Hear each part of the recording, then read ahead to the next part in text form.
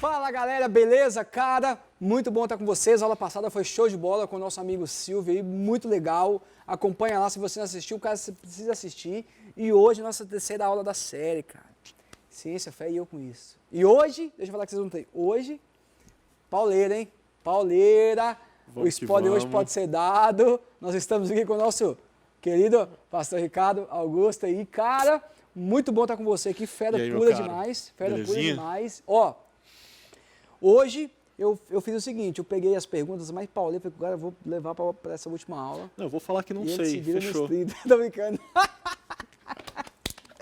Muito bom, cara, muito bom estar com você aqui, cara, muito bom mesmo. Cara, gente, os bastidores aqui com eles, aqui você precisa de ver, cara, muita aula, muita aula, muita aula.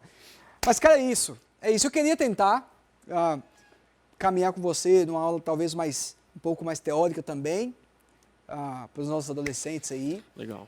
E eu queria que você tentasse, assim, de forma bem espontânea, definir ciência, de forma bem prática, no sentido, assim, prático, né? Não precisa ser nada muito teórico, assim, até porque é perigoso a galera nem pegar a visão. Mas, assim, para a gente tentar aplicar essa verdade de qual que é a proposta da ciência e em contrapartida aplicar com a fé, como é que você poderia tentar fazer essa relação explicando a ideia do termo? Cara, vamos lá. Assim, ciência basicamente tem a ver com um método científico, né? Tem a ver com, dentro da realidade, dentro da criação, como que a gente descobre como que algumas coisas funcionam, ou por que elas funcionam de tal modo.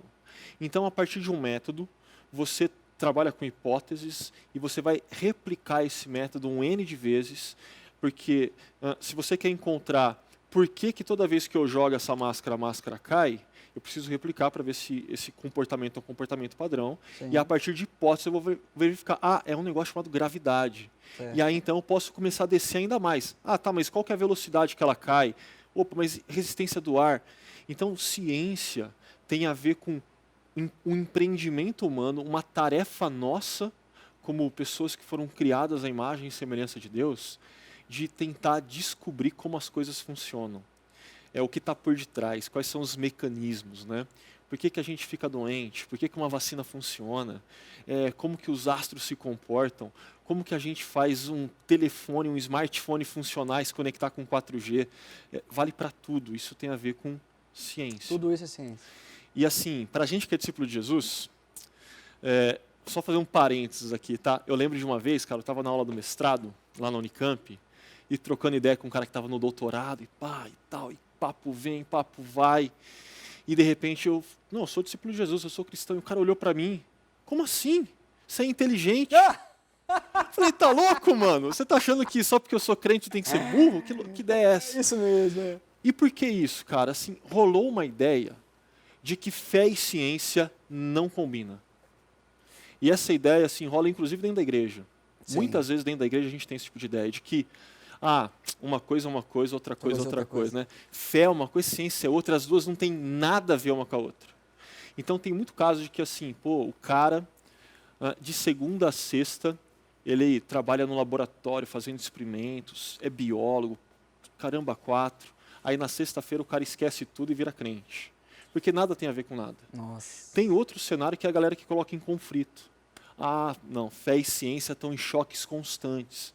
Gente, não é assim, né? Fé e ciência tem uma relação de diálogo profundo, né? A gente estava conversando antes aqui da gravação começar sobre isso, né? Gente, não faz sentido ser ateu e falar que é cientista. Se algum amigo seu chegar e falar para você que não, eu sou ateu porque eu sou mais inteligente que você, fala, cara, você não entendeu nada, né? Você não estudou nada, você não leu nada, porque os caras que fazem ciência, ou os maiores nomes da ciência, na história da ciência, todos eles são cristãos. E se a gente for pensar em termos lógicos, de que A leva a B e você tem um C em consequência, só faz sentido fazer ciência se você for um crente que crê em um Deus todo-poderoso, pessoal, e mais, um Deus que é relação, comunidade, trino, desde toda a eternidade. Muito bom, cara, muito bom.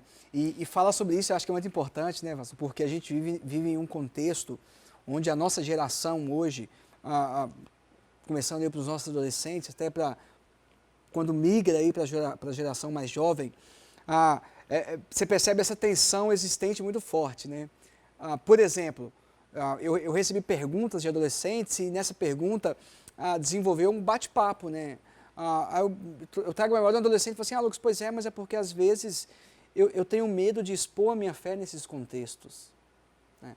Eu tenho medo de tentar falar sobre algo no contexto assim e fazer ele chacota comigo. Né? Eu acho que vem muito... eu trago a memória disso que você falou antes, essa proposta. Você é cristão, logo você não pensa, logo você não estuda. Né?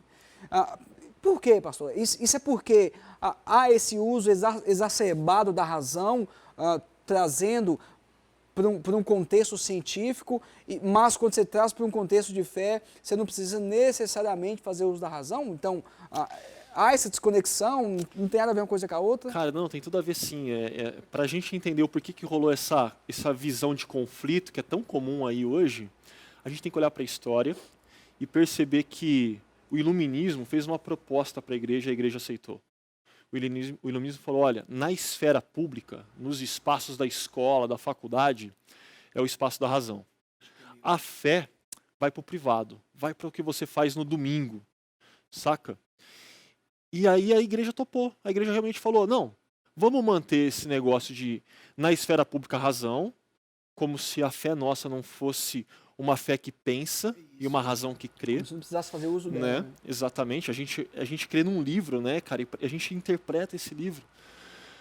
E a igreja topou, né? Mas assim, não era isso. Pelo contrário, a ciência não começa nesse cenário.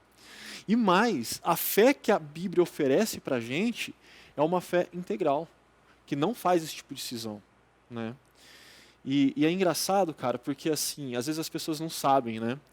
Mas Isaac Newton, o cara lá que era o cabeção da matemática, cristão. Pegar mais recente, né? Muito bom, fala outros mais recentes. Por exemplo, o Francis Collins, que ele foi diretor do Projeto Genoma, cristão. E aí, inclusive, o primeiro livro traduzido para o português falando de fé e ciência foi um livro dele, chamado A Linguagem de Deus, né? Que quando eu casei, eu ganhei ele, porque a minha esposa tinha, né? O que era dela virou meu. Entendi, boa. E o que é meu virou dela. Tá vendo, Cezinha? Juntou, não teve como, viu? E aí, assim, esses dias eu comentei, o Francis Collins vai fazer uma live com o Tim Keller, né? E ela, nossa, que legal, ele sumiu, né? Eu falei, não, ele nunca sumiu. Como não? Ele saiu ele saiu do Projeto Genoma. Eu falei, ele saiu da diretoria do Projeto Genoma porque ele assumiu a diretoria de um instituto de pesquisa chamado NIH, que assim, é o instituto de pesquisa que tem o maior orçamento para pesquisa do mundo. Cara, a Thali na hora falou, não, você não está falando sério? Eu falei, sério, por quê? Não, esse instituto de pesquisa é o que mantém a plataforma que eu uso para fazer meu doutorado. Caraca, velho. Cara, o cara é cristão, piedoso, que não falta em culto, que é líder de um grupo pequeno na igreja dele. Caraca, gente. Saca? Olha isso. E o cara tá lá, fazendo ciência, comandando cientistas de ponta. Em tempos de pandemia, quem que você acha que está pesquisando vacina, como esse vírus funciona? São institutos bancados por esse cara. Caraca. Crente. A influência é muito forte, né, cara? E tem cisão? Não. Pelo contrário, tá junto, integral. Que legal, que legal. Muito bom, muito bom. Muito bom mesmo. Eu queria partir para as perguntas aqui agora. Agora é a hora. Lapada. Vamos lá. Tem uma pergunta aqui muito boa e eu vou lançar. Manda. Um adolescente perguntou assim, vai se identificar aí. Nós viemos mesmo do macaco? Teoria do evolucionismo de Darwin? Rapaz, quer me complicar, hein? Não sei quem foi, mas vamos lá. Gente, eu vou fazer depois por você partes. Paga o picolé pra você. Fechou. Eu vou cobrar, hein? Sergel. Sergel. Coisa boa. Gente, por partes. Eu vou quebrar em algumas partes, tá? Primeira vez que a gente está falando de assim, o homem veio do macaco, a gente está se perguntando sobre origens. Certo. Né? Evolucionismo, criacionismo. E geralmente o pessoal apenas reduz a esses dois aspectos, tá? E evolucionismo é o que é dos ateus. Sim. E criacionismo é o que é da galera que é crente. Sim. Mas não é assim, tá?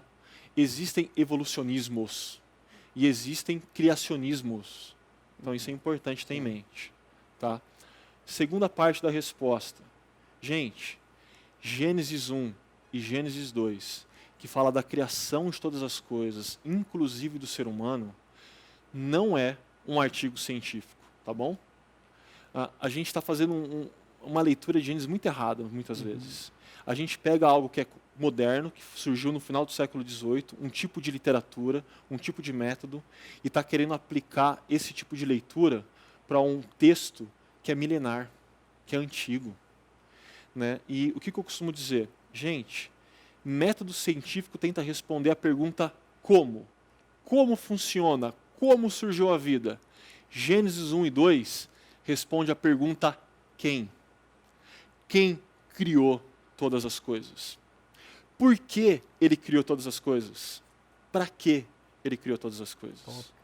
Então, se você ler Gênesis 1 fazendo as perguntas certas, cara, você vai perceber uma terceira parte da resposta.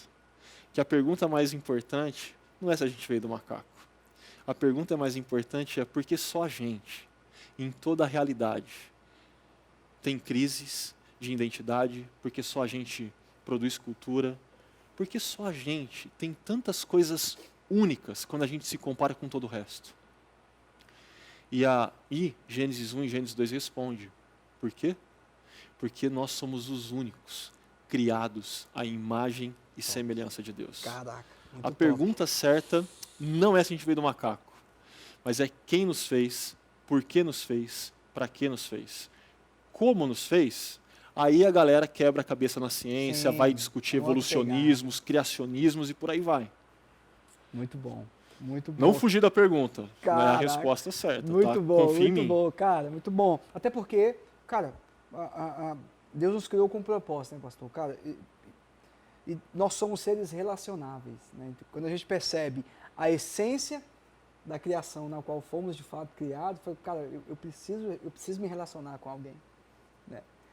Aí eu trago a frase lá, que o tamanho do vazio que existe em nós. É, né? Do tamanho de É Deus. do né? tamanho de Deus. Quem foi que falou mesmo? Foi não foi. Não. René Descartes? Pascal. Pascal. Blaise Pascal. Isso aí. De fato. Vamos lá. Que era filósofo, matemático e teólogo. Não tinha nada de cisão também. Outro exemplo. Matemático. E teólogo. Teólogo. Inclusive, quando você lembrar de Pascal nas aulas de matemática, é esse cara aí. Ele era crente também, tá? Top. Essa aqui vai lá. Bora. Existem evidências que provam a existência de Deus? Porque eu acho que essa pergunta é aquela pergunta, né, pastor? Tipo, a Bíblia, ela necessariamente precisa provar também que Deus teve um início, né? Porque dá aquela pegada assim, mas se você tenta provar a existência de Deus, você quer, de certa forma, dar um início para ele, né? Eu vou quebrar também em partes a resposta aí. Tá. Que a pergunta falou, existem evidências de Deus? Sim. E se eu for falar de evidências como algo empírico que a gente se depara no dia a dia, cara, existem. Eu olho para a beleza da praia, sou apaixonado por praia. Sim. Cara, eu falo, isso aqui não veio do nada. Essa beleza toda não veio do nada. Eu olho para um céu estrelado em Minas, quando eu vou lá para sua terrinha, e eu falo, caraca, o que é isso? Esse negócio é incrível. Alguém pintou esse quadro. Tem que ter. É perfeito, né, cara? Existem evidências. Deus está aí se mostrando de forma suficiente para aqueles que estão atentos, para encontrar na realidade. Agora, se a pessoa falar, não, mas existem evidências científicas? Eu vou falar, não. Por quê? Primeiro, porque a própria ciência não tem esse propósito. Sim, boa. Lembra, ciência tem a ver com você descobrir como coisas na criação funcionam. Deus é aquele que é transcendente. Deus está para além da criação. Isso, muito bem. Deus, ele, de forma alguma, ele é objeto de estudo científico, cara. Muito bom. Deus não se rebaixa a isso. Isso é para a gente fazer aqui, com as coisas criadas. Caraca, que legal, velho. Saca? Então, evidência científica não tem. Não desce o nível, né? Agora, evidência de que Deus está no dia a dia, tem. E eu diria até mais. Cara, se você for um bom discípulo de Jesus, você é uma evidência de que Deus está aí. Caraca. Você tem que ser uma evidência de que o Deus que está se manifestando na história é um Deus que ama, que abraça, que se importa, que vem atrás das pessoas, que tem a melhor notícia para contar, que é o Evangelho. Muito bom, muito bom. Caraca, velho. Gente do céu, eu tô aprendendo demais com esse cara aqui, velho. Mas, ó, eu acho que há algo bem legal, pastor, que é uma próxima pergunta que a gente já vai entrar e eu queria introduzir. Por que porque, assim, como você disse, cara, há uma grande variedade de cristãos que sempre foram parte da ciência, né? Vários, desde da história mostra isso e você comprovou com alguns mais recentes. Mas tem uma pergunta aqui que diz o seguinte, como defender, né, a minha fé neste contexto, visto que o contexto escolar é um contexto mais darwinista, não sei, mas depende da escola também, né? Mas, primeiro, é preciso defender? Segundo, eu preciso me esconder como cristão diante dessa situação mais científica, mais racionalista no contexto escolar? Porque, como eu disse no começo, né, há vários adolescentes que vivem com medo disso. É. Então, nesse contexto, eles se escondem a sua fé, né? Eles meio que viram cristão 007, assim, né? Não precisa ninguém saber que eu sou, porque eu tenho medo de expor isso, né? O que você acha disso? Gente, se esconde não, de verdade. Mas ao mesmo tempo, às vezes eu sinto que a gente quer saber assim como responder pergunta. E responder pergunta é legal, mas a gente tem uma fixação muito grande nisso. Então a galera quer, eu vou comprar um livro de apologética do Alistair McGrath, que tem lá, se o cara me fazer uma pergunta de onde veio, se o homem veio do macaco, eu vou saber responder. Se o cara fizer uma pergunta para mim de quantos anos tem a Terra, gente, a gente não precisa saber responder tudo, tá legal? Não tem a crise com isso. Muito bom. Porque assim, responder tudo demanda sentar numa cadeira, abrir um livro, ler, estudar, demanda tempo. E, vocês estão no começo, velho. Vocês não precisam responder tudo, não tem essa crise, não. Mas, assim, ao mesmo tempo, vocês têm que desconfiar de quando alguns colegas de vocês que têm a mesma idade, que não leu o que eles estão afirmando ler, chega para vocês querendo trucar vocês, falar, não, porque a sua fé é burra. Cara, não. Chega e fala pro cara, mano, menos, calma. Segura a onda aí. Né? Porque, como assim o cara está afirmando coisas que ele não leu, né? E eu lembro, cara, assim, de várias conversas, de diferentes histórias, de o cara chegar, não, cara, porque Darwin jogou Deus para escanteio. Eu falava, cara, você já leu A Origem das Espécies? O cara, você já leu A Origem das Espécies? Aí o cara, então, eu li. Você já leu os diários de Darwin? Você sabia que Darwin tinha orações ao Deus cristão no diário dele? Então. Então, assim, os caras falam de umas coisas que eles não sabem. Sim. Então, assim, faz o cara pegar leve também. Porque, assim, a nossa postura, se a gente quer ser uma evidência também de que Deus é vivo e existe, a gente não pode ser o cara da guerra também, né, cara? Chegar assim, então a minha fé é melhor que a de vocês, eu vou humilhar vocês agora. Não, cara, não é o caminho. Que é um extremo, né? Perigoso. Então, cara, não se preocupa em esconder de jeito nenhum, mas também não se preocupe em responder tudo.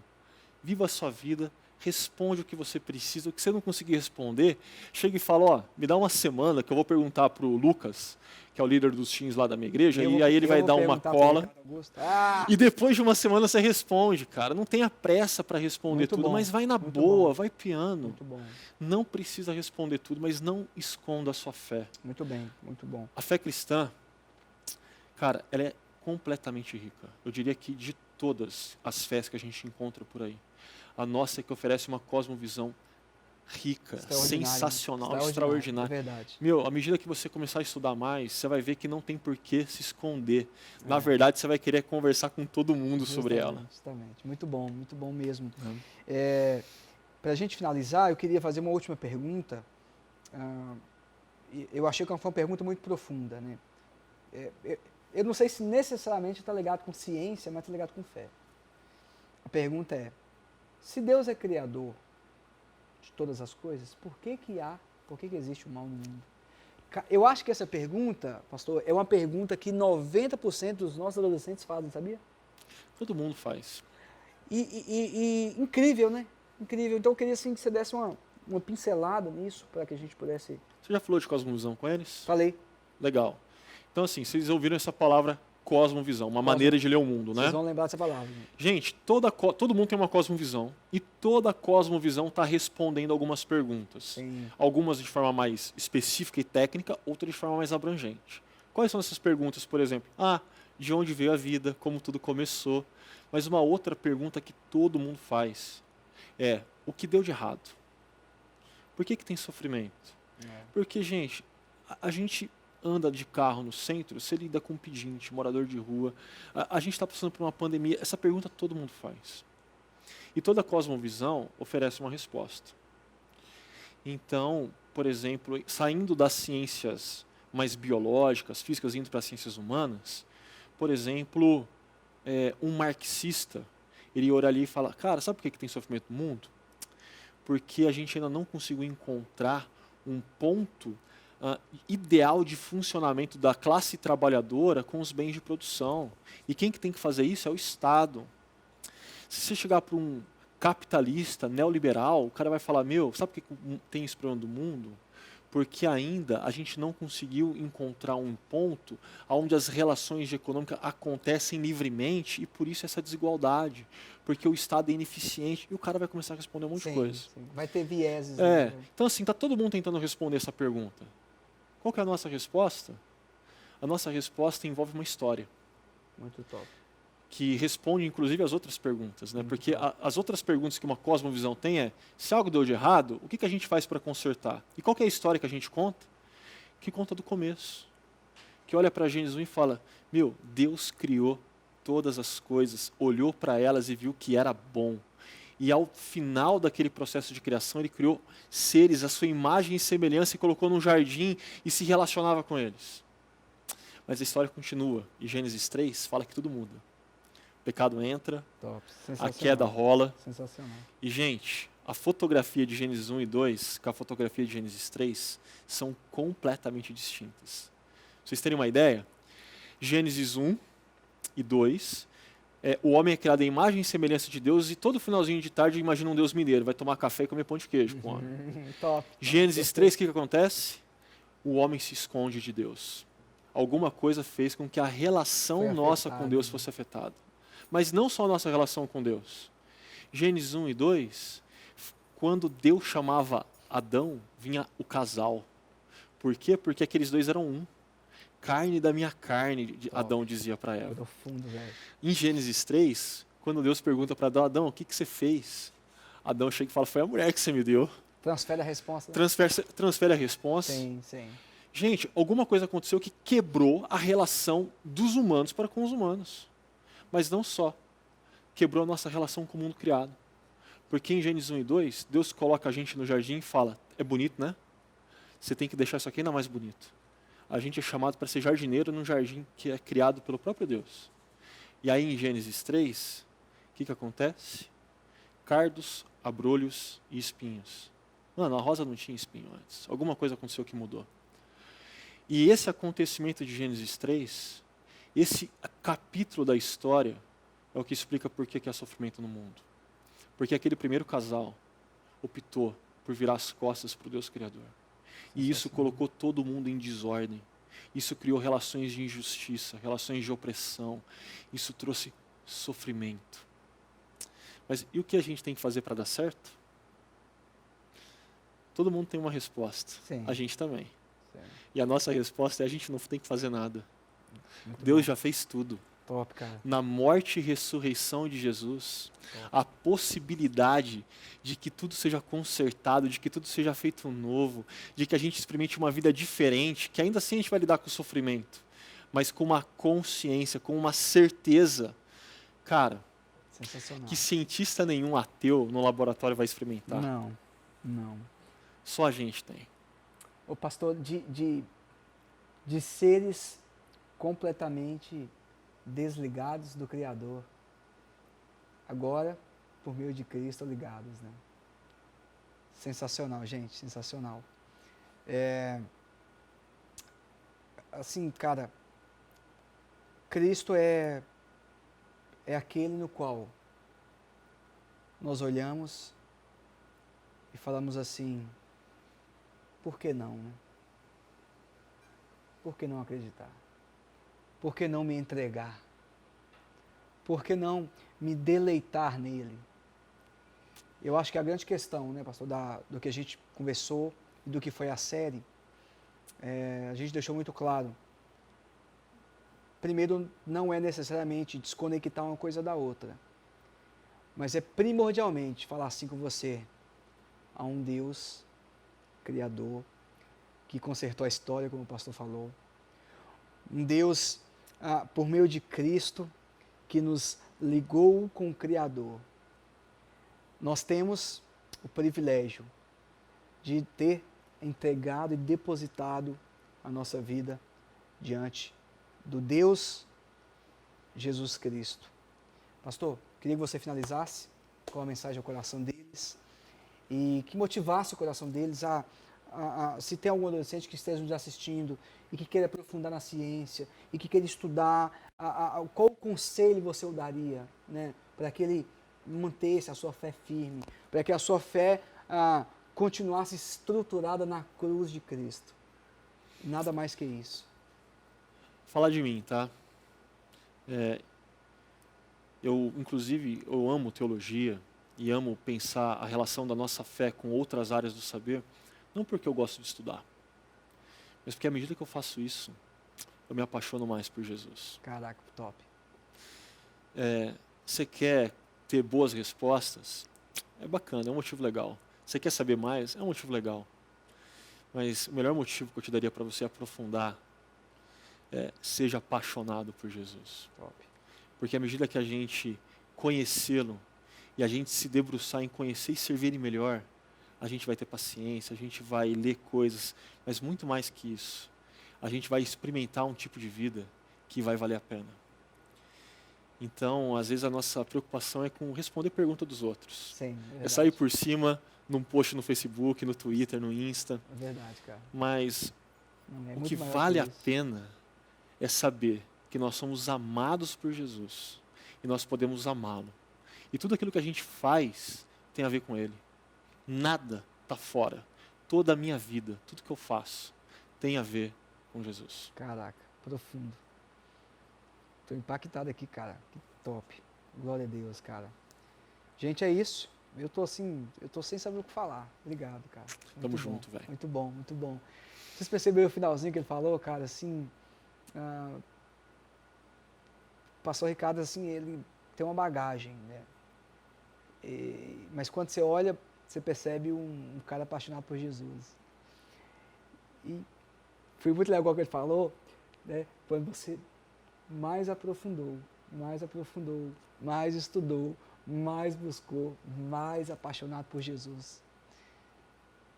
Esse é o desejo do nosso coração, o desejo do coração do pastor Ricardo, do ministério, é que vocês sejam discípulas de Jesus, apaixonadas por Ele, e que tenham um futuro, né, pastor, dedicado aos estudos, mas que apesar disso, continuem apaixonados por Jesus. Gente, é isso. Pastor, obrigado. Muito bom estar com você. Essa foi a nossa última aula da série. Espero que você tenha gostado, que você compartilhe o link, que você compartilhe as aulas. E tamo junto. Até a próxima. Vamos orar? Ora por nós, pastor? Opa, vamos orar. Papai, eu quero te agradecer por esse momento onde a gente pôde conversar, obrigado, compartilhar a vida e aprender mais sobre o Senhor. Sim, Deus. Que cada adolescente que está junto aqui possa aprender como integrar a sua fé com ciência e com todas as demais áreas da vida. Porque a fé que nós temos em Ti é uma fé para a vida toda. Porque o Senhor é Senhor não apenas de uma parte de quem nós somos, mas é Senhor da nossa vida toda, da nossa vida inteira. Obrigado, e que cada um aqui possa cada dia te conhecer mais, ser apaixonado por Ti e assim te servir. Essa é a minha oração e é no nome de Jesus que eu oro. Amém. Amém. E amém. Valeu, gente. Tamo junto. Deus abençoe. Até a próxima. Abraço.